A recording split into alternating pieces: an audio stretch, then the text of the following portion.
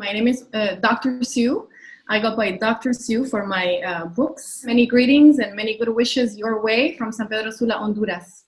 This is the Rebeldita, the Fearless series. And Rebeldita is a character born out of resistances. She's born out of 529 years of Black and Brown Indigenous resistances in the Americas. When I became a mother in Seattle 7 years ago, I encountered a problem I believe many of us socially conscious parents face, and it's the lack of books that not only represent POC, people of color, children of color in them, but also allow for their mind to expand outside of white settler mentalities and paradigms and imaginaries. Books that allowed her to know her history in an engaging way, in a way that would push her towards asking questions about where she lives, who she is, where she comes from. So this is from the second book of the series, Christopher the Ogre Kologer, It's Over.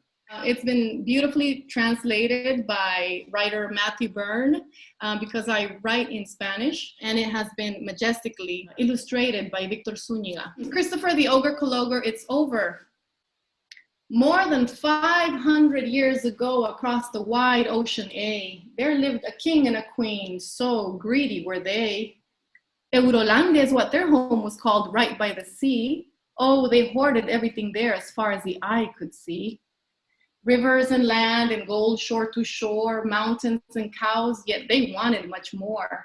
This is not half enough, they'd huff and they'd hum, and they wouldn't be happy till they owned every last crumb. To take and to take, each day more and more, they had 100 ogres to steal and explore. With their big, huge arms, they'd hoard everything. These ogres snatched birds flying free with the wind. And just as expected, the day finally arrived when those greedy kings' well ran completely dry. No more land or animals left for them to take, not even a flake of old yucky fruit cake. But then a thought occurred to these wicked kings, why don't we just go steal other people's things? To faraway lands, that's where our ogres must go. Why we're just thinking of this, we simply don't know. And to head this big job, the kings would now choose their most trusty ogre, so they asked themselves, who? But the answer was easy. A minute it took. They knew just the ogre who would make history books.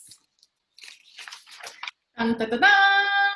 We've made our decision, the evil kings roared. He's the biggest, the baddest, by all ogres adored.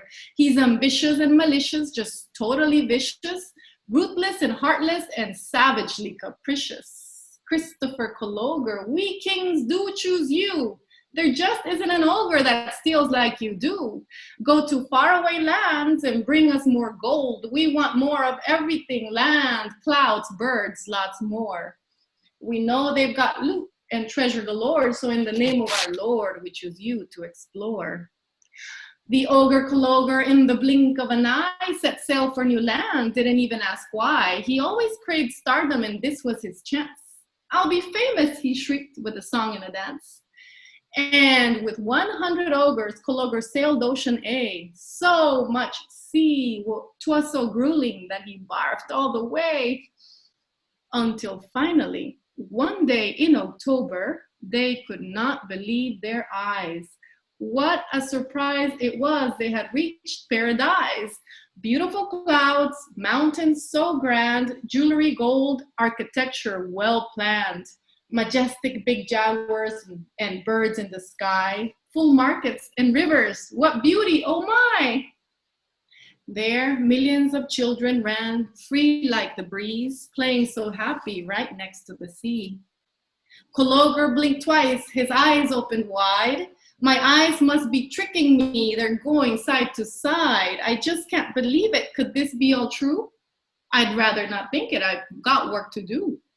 I'll steal and I'll steal until I can't anymore. I'll be famous, he screeched, you will not ignore.